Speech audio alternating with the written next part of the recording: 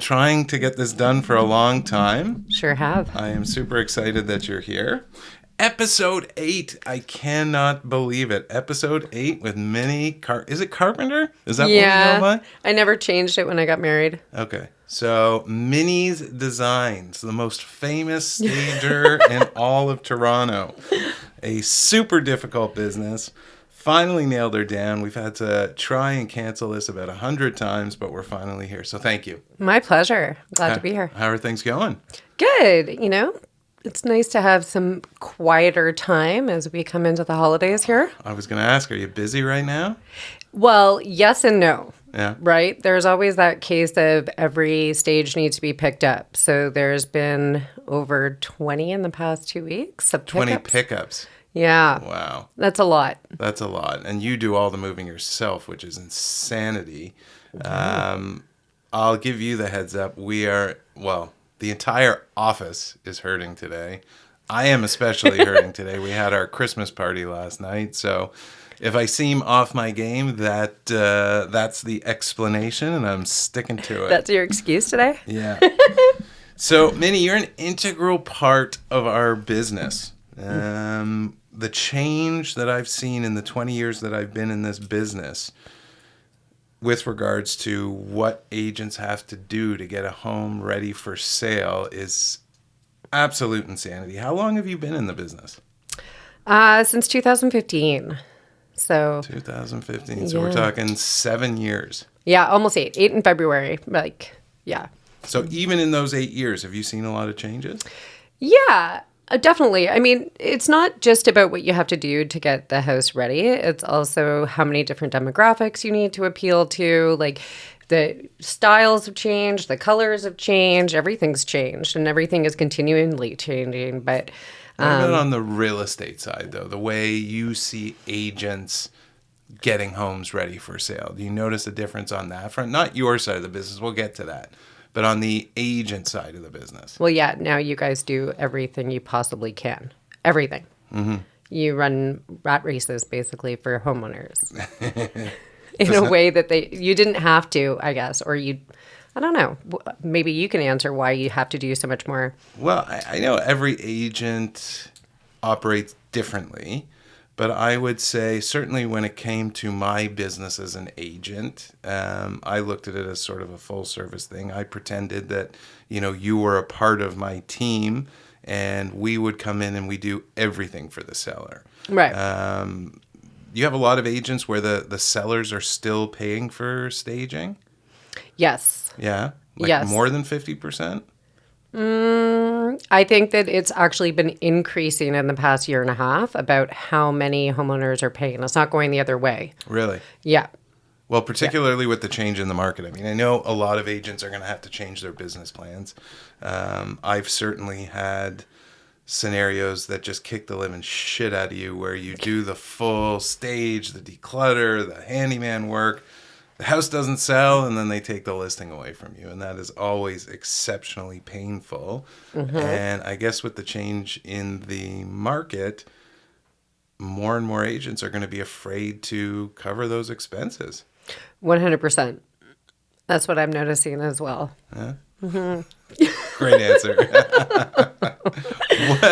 Are you you think there's going to be a downturn in your business with the change in the market, or do you think your service is going to become even more valuable? Because I have an opinion on that, but I'm curious to know if you've, with the change in the market, noticed anything.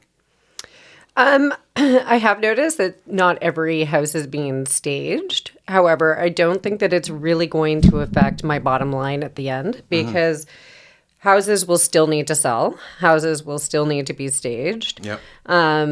And what I'm also seeing is houses are going on the market. They're sitting there for the 60 days, 90 days. They're not selling. The agents are taking them down, staging, and putting them back up. Restaging. Well, or those specifically being the houses that they chose not to stage for whatever reason. And it's not working. Mm-hmm. So we still go back, okay, well, let's back up the train and do it again how we used to do it, which is we have to stage. Mm-hmm. So I'm not thinking that my business is going to change that much, to be honest. Yeah, I almost think your business is going to become more valuable and become more necessary. I think that agents are going to have to do far more to get fewer listings. I do think a lot of agents who were paying for staging in the past might change that strategy. I certainly would think that agents that discount their fees definitely don't cover staging, because how could they? Right.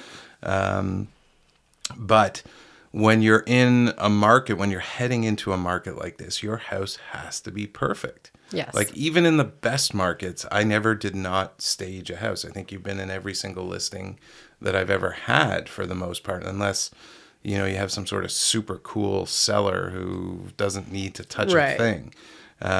So I think that, you know, over the next year, you're probably going to be in for an even harder or more work than you had in the height of the market. Right. And, you know, to a certain extent, it does make it harder if houses take longer on the market anyway, from a staging perspective, let alone from the realtor's perspective, right? Because our business relies on product turnover. So we need our product back. Do you make money on the monthly renewals? No. What about other stagers? Do you think? I think that some do. Standard model? I think that some do. I tend not to, or it's a very small percentage. But the monthly renewals, actually, I don't want it to renew. So my job in my mind is to get it looking the best it can, and hopefully it will sell in any market as fast as possible. I got bad news for you on that. When we're having sales meetings now, I'm telling the agents, like, normal standard people would take like 90-day listings, right? It has to be a minimum of 60 days to go on MLS. But I think agents were afraid to ask for longer listings, and we've been on them to take now 6-month listings. Right. Take long listings and take them for good prices. If somebody wants a short listing and they want way too much money and they're not prepared to do anything to the home, don't take the listing. It's not worth it. You know, we come from the last 15 years where people were so desperate for listings, and listings were going to sell, that you took anything under any circumstance. Today, that's not the case. You know, we are telling our agents, just make sure you're taking 6-month listings, because if you're coming out at a price, you're staging it, you're doing all the work, and then you lose the listing. They give the listing to somebody else afterwards who brings it out at the appropriate price, and then they get to sell it. There's no bigger kick in the balls. Yeah, of course. It's the worst feeling on the planet. Nothing worse. God, I just hate even talking about it, because I feel sympathy. I feel sympathy for the agents. But are you seeing that the homeowners are demanding more and more, and regardless of the market, asking for higher prices? I don't think that sellers really know what to expect anymore. I think if you're dealing with the boomer type seller, they are used to much less service, and they're used to the old school way of doing real estate. Which is take some pictures, throw it up on MLS, and that's it. I think that they're constantly shocked. Like, you just sold a house for me on, or helped me with a house on Wilmington. It was the original owners, and the house was right out of literally hadn't been touched since 1965, from the furniture to the kitchen appliances. It was like walking into a museum. And we totally changed that house around completely, and the sellers were totally caught off guard. They didn't realize that agents, much less paid for it from time to time, but even offered that service. Right. And I think that the younger sellers, the younger demographic who are on TikTok and watching every fucking agent do all this shit, they expect it and they want it. And they expect even more than I think some people are willing or should be giving. For sure. Well, I think it's a numbers game. It depends. Like, if you have a young agent who walks in and says, I'm going to take your listing for 1.5 points, right? They cannot afford to do, the services. So if they're going to take a listing for 1.5 points, it's fair that the seller would pay for additional services. But if you're getting your 5%, I know a lot of agents even are getting 6%, 5.5%, 6%, and they're covering all the costs, right? My business model was I charged 5% across the board, but I would cover everything to get the home ready for sale. There's two things I don't cover. I don't cover moving costs, and I don't cover storage, just because I'm afraid of the liability there, and I've seen things go wrong in the past, and I want buyers and sellers to hire their own movers. Yeah. Because too much can go wrong. So what do agents do that drive you nuts, Minnie? What's the worst situation? I'm going to help myself to a chocolate here. Is that helping with the hangover? Great sound. I don't know. We'll find out. It's the first thing I'm really putting in my mouth. It will help. Yeah. Anything in the belly will help. Yeah. I think that what drives me nuts is when a realtor has something in mind and they don't tell me. And I think that is my number one pet peeve with this business is I think that especially seasoned agents, they have certain expectations or sometimes they have visions. And that's... Visions for the property? Yeah. Like design visions? Yeah.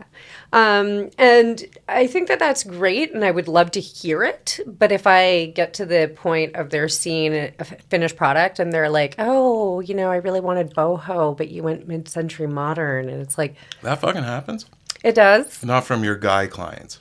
No, because I don't know what those terms mean. No clue what you're talking about. But I think that that's my number one. The rest of it is kind of just, you know, over the years you get used to the game. You know, you walk into a house, a homeowner looks at you like, you know, you're from a different planet and you're going to wreck their home, and you get through that. They definitely take it very personally. Right. It's like you walk into someone's home and say, oh, this is a lovely home, but it all sucks. It's coming out and we're bringing in all new stuff. Sure. And typically that can be kind of hurtful. But for sure. But I do have to admit that I've staged every house of my own that I've ever sold. Sure. So, and, you know, part of that is because we're not utilizing the space well. Right? Sure. So, for example, in my last house that we sold, we had 2 home offices and only 2 bedrooms set up. That's not the best way to show a home. So we took the 2 offices out. Well, we took one office out and we put in a bedroom. You know, things like that shouldn't be so personal. Yeah, and I think you're trying to appeal to the largest audience possible. You don't want to aim to a narrow audience. You want to aim to a broad audience. Exactly. And also to the demographic who's going to be buying it. The person selling the home is usually not going to be the next buyer, right? Yeah. Because there's a reason why they're brain's a little slow. It took me a while to follow that. So the seller is not the person buying the home. Right. Yeah, of course. Right. Yes. So, I mean, their taste or the way that they need to utilize a space is very different than the person who's coming into that space. Sure. So, and the taste will be different. Yeah. Today's, what generation are we calling them today? I don't know. TikTok generation? Okay. Whatever that is. I might have made that up, yeah. What they think is hip and cool is very, very different than what an older generation does. 100%. 100%. But it people just take it so personally. I can tell you a story. When I first started in real estate, I was showing a home in Cedarvale, which is an upscale neighborhood in Toronto. And the seller happened to be home for the showing. Actually, it might have been an open house. We went for like a second showing at an open house or something like that. And we were walking around the house, and my client, who will remain nameless, was talking about how fucking tacky everything was and how they thought the house was like, yeah, we were laughing about it. I didn't say anything, but she was just ripping this house to shreds. So it was multiple offers, and I get to the, this was back in the day when we did offers in person, which I miss. But I get to the offer presentation. I walk into the dining room. I sit down at the table. I give my presentation. I think we had a very competitive offer.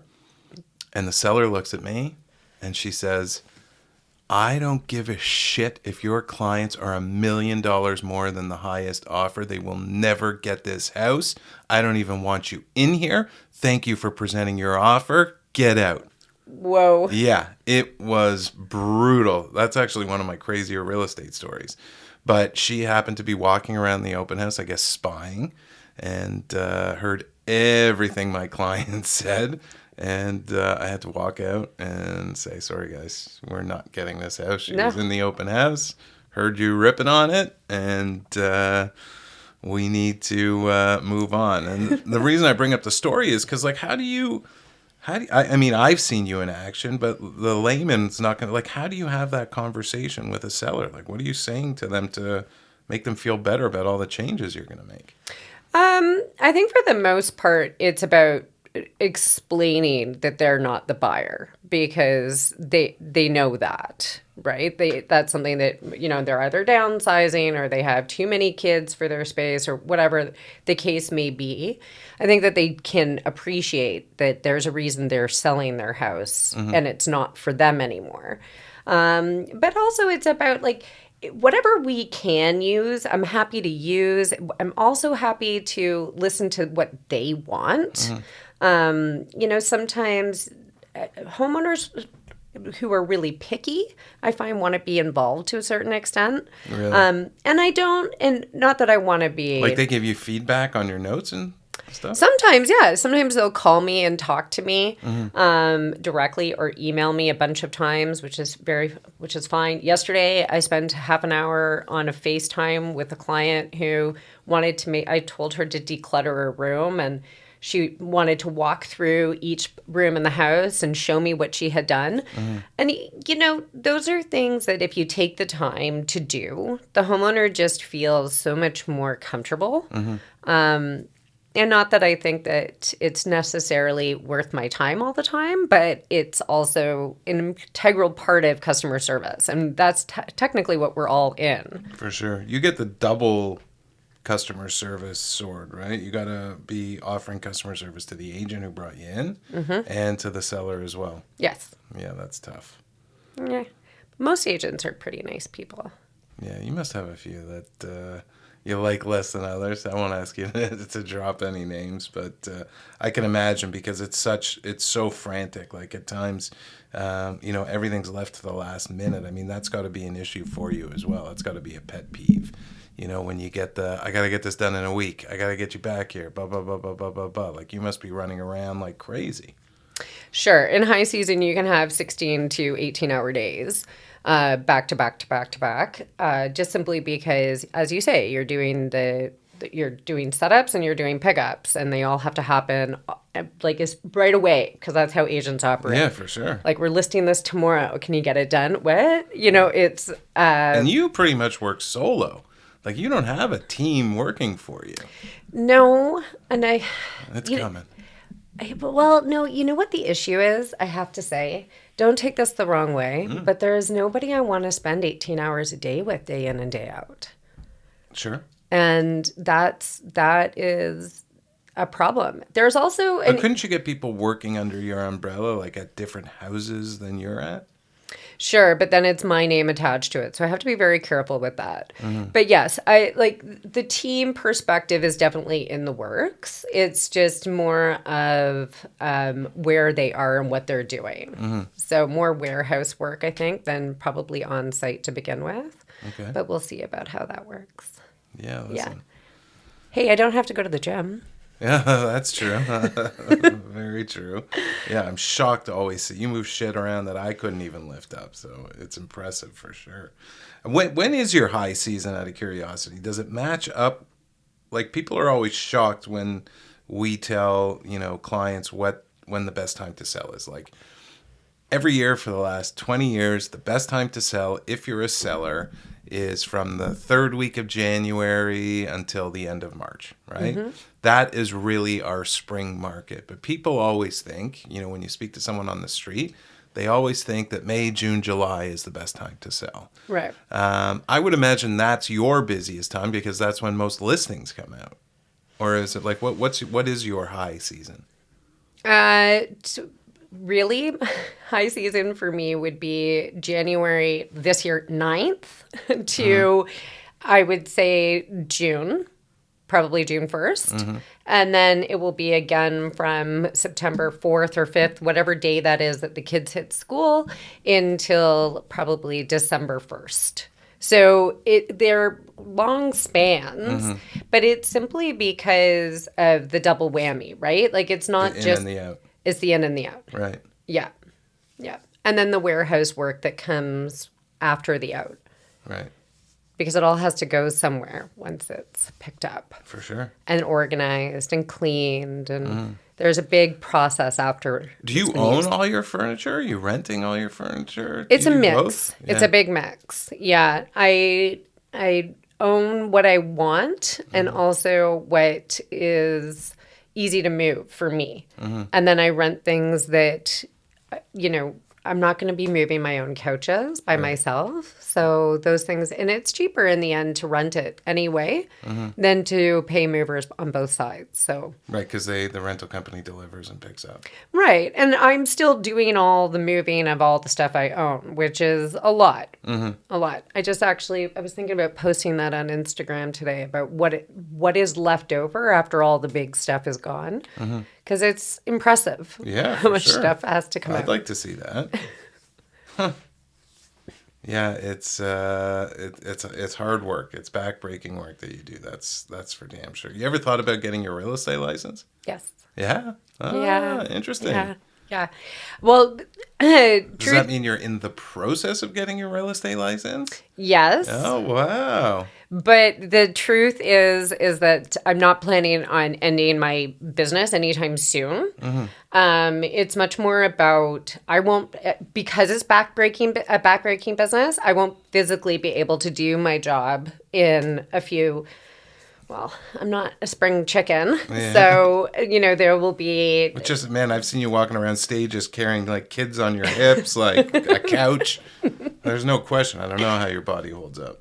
But there is going to be a physical end to this side of things. So I want to make sure that I still have longevity in the real estate market somehow because I enjoy it. I enjoy different people every single day. Sometimes they're crazy and nuts, and sometimes they're lovely, and everything in between. So I like that side of things. I really like agents. As much as you say that there are some agents that I'm sure drive me nuts, I don't really work with them. Okay. I really actually kind of like the crew that I work with. You excommunicate the bad ones. You just never work for them again. Well, I had one agent last year who I'd met once and then called me 14 times in one day. And I was in the middle of a stage. And I think that agents who know me well know that, I'll answer my Apple Watch. I'll text me, but don't call me back to back to back. Like I will call you back. I promise you. Anyway, the 14 phone calls, I just didn't want to stage for her. So I totally understand. You are in the right. yeah. So if that's how you want to treat me, then please find somebody who else. Just it's not personal. It's well, I guess kind of it is. I don't know. No, man. It's nice to be in a position where you can choose who you work with. Most agents are not in that position. They will grasp at whatever they get the opportunity to grasp at. I mean, one thing you should know if you're going to come into this business is right off the bat, 50% of the agents, or I think it's 38% of the agents do no deals. Right. And then the next 30% do one deal or less a year. It's a very difficult business. And when you're going through have you started the courses? Yes and no. Started the courses? Yes. Right. So they don't teach you about the day-to-day of the business. They teach you, how to write up an offer. They teach you what to look for in houses. They teach you the ins and outs of working in the business, right? I always say agents are very good at working in the business. They're not good at working on the business, right? Right. Okay. The first thing you'll notice is that you aren't in the real estate business. You're in the mini business, right? You are an entrepreneur. You have a business. That business sells the service of buying and selling homes for people. And you need to treat yourself like a business.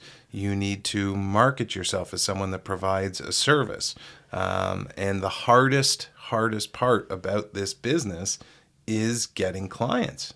Sure. There's 70,000 agents or 68,000 agents just in Treb alone. Right. Which is nuts. And everybody knows somebody. Everybody knows somebody. That's, the big complaint you always get from newer agents that are failing. who aren't following the steps. Like, we help agents develop their business plans. We show them what they should be doing, blah, blah, blah. And you'll often get some people come back to you and they say, like, everybody I know, everybody in my database knows an agent, or their cousin's an agent, and they've bought with somebody else, they'll sell with somebody. There's always an excuse. People always make excuses, right? Mm-hmm. The reality is that everybody that's successful in this business all had to overcome that shit as well. Of course. Right? And you just push through. Do or do not. There is no try. My Yoda favorite, says so. yeah, my favorite saying. Actually, I've been trying to put that up for my podcast, but then I thought of you, and it's horrifically ugly, and you probably wouldn't appreciate if it was up. It's cute, though. I am a Yoda fan. Are you? Are you a Star Wars fan? I kind of have to be in my household. Right. But Because you got all boys? Well, I have 2 and 2. I've got 2 boys, 2 girls. Right. But it's partly my husband. Okay, I'm not gonna lie. I'm not gonna lie. But he is awfully cute, isn't he? He is. Yoda. Yeah.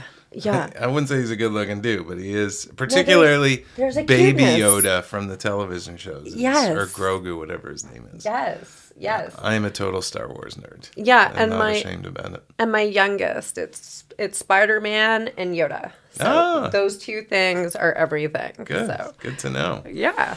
So we started in our office a staging assistance plan for the agents that do cover the cost of staging. Yes. So, we've probably done 4 or 5 stages so far. I think it's something that's going to take off this year. But we cover the costs for our agents in the staging. So if they're typically putting up $5,000, $6,000, $10,000, whatever the cost may be, we're covering the cost for the agent and then just taking it off their trade record at the end. Right. Working in conjunction with stagers like yourself, the invoice comes to the office instead of the agent. Because I firmly believe I don't want to run into a situation in this down market where, because of cash flow issues, agents are stopping to provide the services they would normally provide. Of course. That's really how important I see this service. I see real estate now. Everybody talks about how our industry's ripe for disruption. And the discussion for years has always been that technology is going to change, discount brokerages are going to change. Every couple of years, there's something new that's going to end the real estate industry as we know it. It's going to change the industry as we know it. And there won't be a need for agents anymore and for commissions and this, that, and the other. And I have been calling bullshit since the beginning. Mm-hmm. I simply think that the disruption is in the level of service that we're offering now. It's really, and it's not a question. Luxury isn't a price point. It's a experience.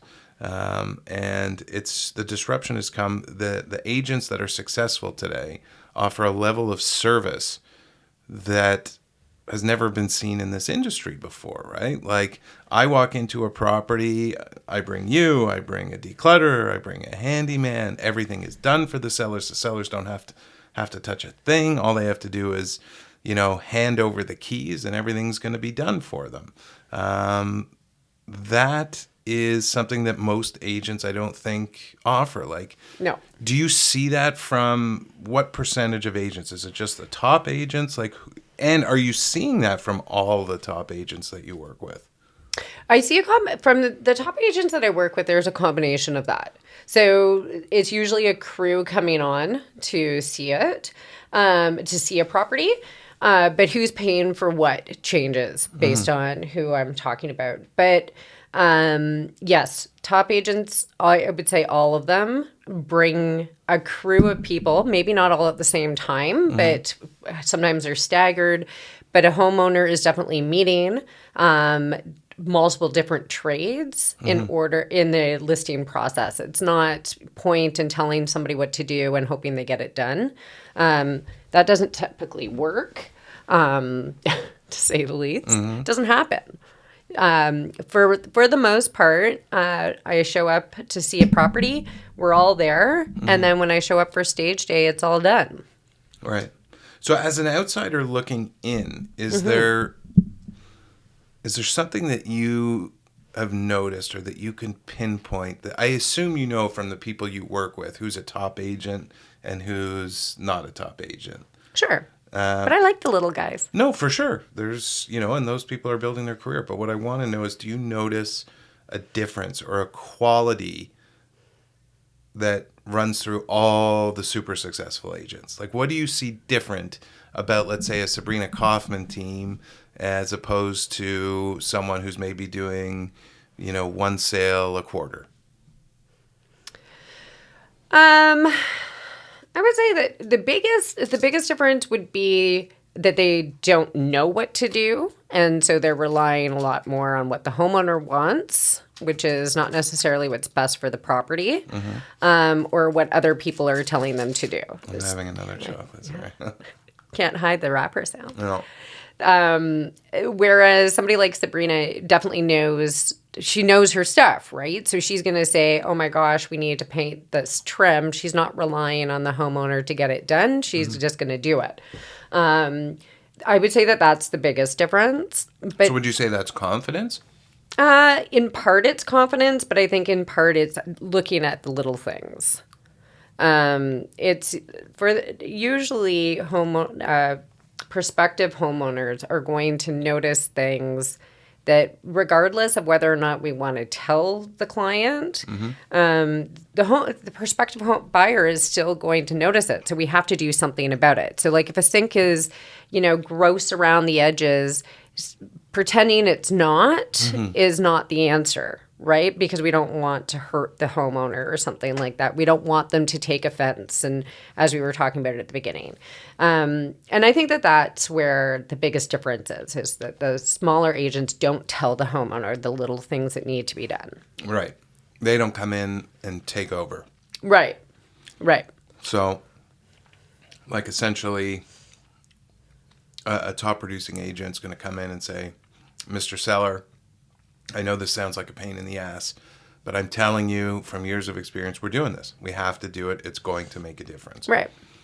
Yeah. Yeah, and I guess, But it's hard to make that statement if you don't have years of experience behind you. Yeah, but I wonder if it's experience or it's personality. Because it's very easy to be lazy. It's very easy to not take the extra steps. Like the thing I've noticed with top tier agents is that they just don't stop. Like there's no mercy. Like they are going, business is the most important thing to them. They don't mess around. Like they do it right or they don't do it at all. Sure. I agree with that. They also tend to have large teams behind them who help with the little things too. Eventually. Yeah. But it takes a while to get to that stage.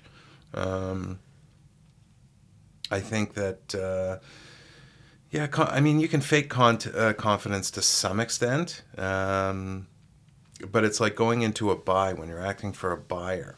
You have to be willing to talk a buyer out of a house if you want to be a good agent, right? The old school mentality of doing real estate was, an image of an agent taking you into a house and saying, oh my goodness, I can see you with your baby here. This is the house for you. You're going to love it. You're going to love the neighborhood. Pushing to buy the house. To me, a good agent is, listen, this is what's shit with this house. It's got this problem here. I would never live in this neighborhood. You don't want to be this close to, or living right across the street from fire station. You're too far from the subway. Like, you have to be able to give advice as opposed to letting the client take the front step, like the first step. And so that's the same with the seller, you think? Yeah, you have to be able to tell the seller to do things. Right. And if you're desperate for listings, you're going to be afraid to do that. If you're afraid you could lose the listing, you're not going to push. Right. And sometimes the smallest little differences can amount to a huge amount of dollars. I do have to say that sometimes I find myself in situations, more so lately, more so in the past year, where paperwork hasn't been signed with the customer or with the client rather, and I'm still coming in to give my advice. So an agent doesn't even have the listing and they're utilizing it as we're so serious that here's the team of people who can do work to your house. Are you saying that's a good thing or a bad thing? Well, from my perspective, it's annoying, but... For sure, because you can go in and then never get the listing. Right, which has nothing to do with me. It has everything to do with the agent sure, at that point. But that doesn't mean that I wouldn't do it. Right. Well, yeah, I mean, they've wasted your time, right? I mean, I'm very guilty of that. I bring people in right away. I mean, 99% of the time, I'm still getting the listing. In fact, I never even thought of that as a negative for you guys until you just brought it up. Sorry. Yeah, no. And that's not the intent, because I don't think I've ever said no to that. Like, I never asked, do you have signed paperwork? Like, that Sure. I've never asked that question. Yeah. Listen, I, in any situation I've been in where that's happened,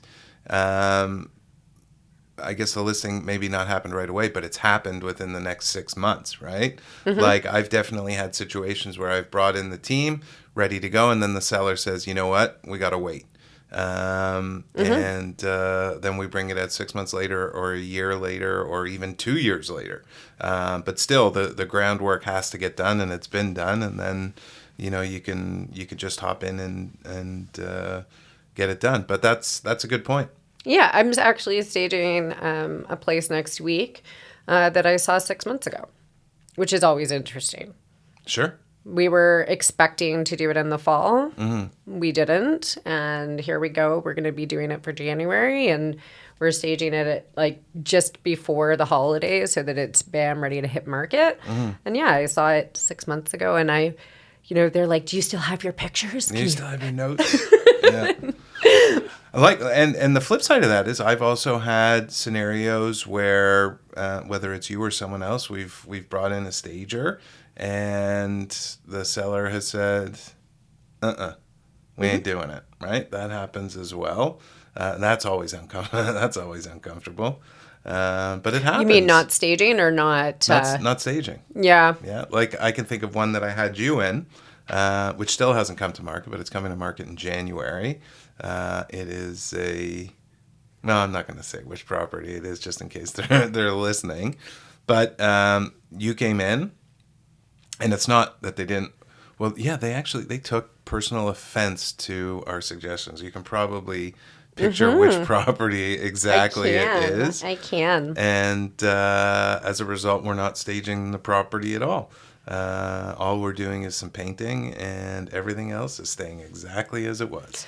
Yeah, and I think that sometimes I'm on site and I can predict when that's going to happen. Mm-hmm. To be honest, there are certain clients that you really like. Just don't say anything. Look around with your camera and leave. Yes. It is what it is. It's not personal to me either, though, right? For sure. You can't let that shit get to you. No, because if you do, honestly, you'll be crying in a ball most of the time. Sure. Somebody doesn't like a pillow, you're going to hear about it, right? It can be anything, and it's not personal. It's all about the client themselves. And again, going back to we're all in customer service, we have to make the client happy. So if they don't want to stage, don't stage it. It's just probably not in their best interest. 100%. But it doesn't help the listing. It doesn't help the listing at all. No. And, there's many times before where I've said, I've taken the listing and I said, okay, you didn't listen to me. Now will you listen to me? You take it off the market, you stage it, you bring it back out. Yeah. That happens. Just because we're starting to run tight on time, I want to ask you, what do you think? How do I phrase this question? What do you think the public's, when they think of staging, right? The public, what do you think the first thing they think of is? Like, what do people think I do? No, that's not what I'm going for. I'm going more for what. Oh crap! How do I say this? I'm not going to take offense. No. It's not. It's like when someone thinks you're going to be staging their property, or okay, better yet, when you walk into a property with a buyer, what's the first tip off that the property's been staged?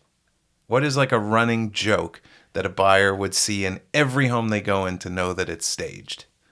It does have to be a joke? Not a joke, but what's the number one tip off? You walk into a house, you see something, and you're like, this property's staged. two things. Yeah. Fake apples. Yeah, green apples. Yeah, and beds.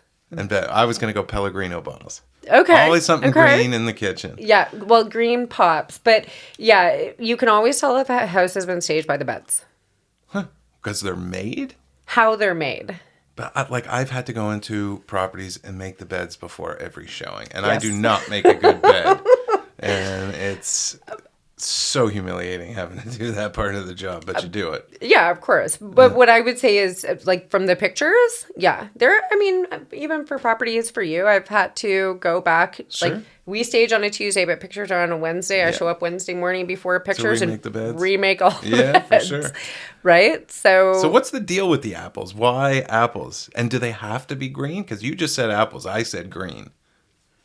No, I don't think they have to be. Sometimes they look really great when you mix red and green together. But green photographs really well. Mm-hmm. And typically having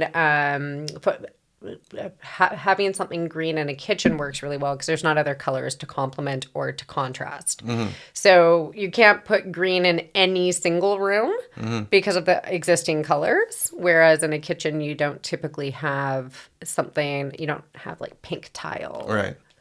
Although I'm working on a house right now with Pink tile? Nice. Of course I am, yeah. Like the 50s pink tile? Like in a subway tile kind of No, way? like the 90s. Really? The 90s So pink. more like a salmon-y Yeah. pink? Nice. Beautiful. Beautiful. We painted it. And the flip side of that is, what's the first thing a seller would say when you're coming in to do a staging appointment? They'll say, I know, I got to get rid of...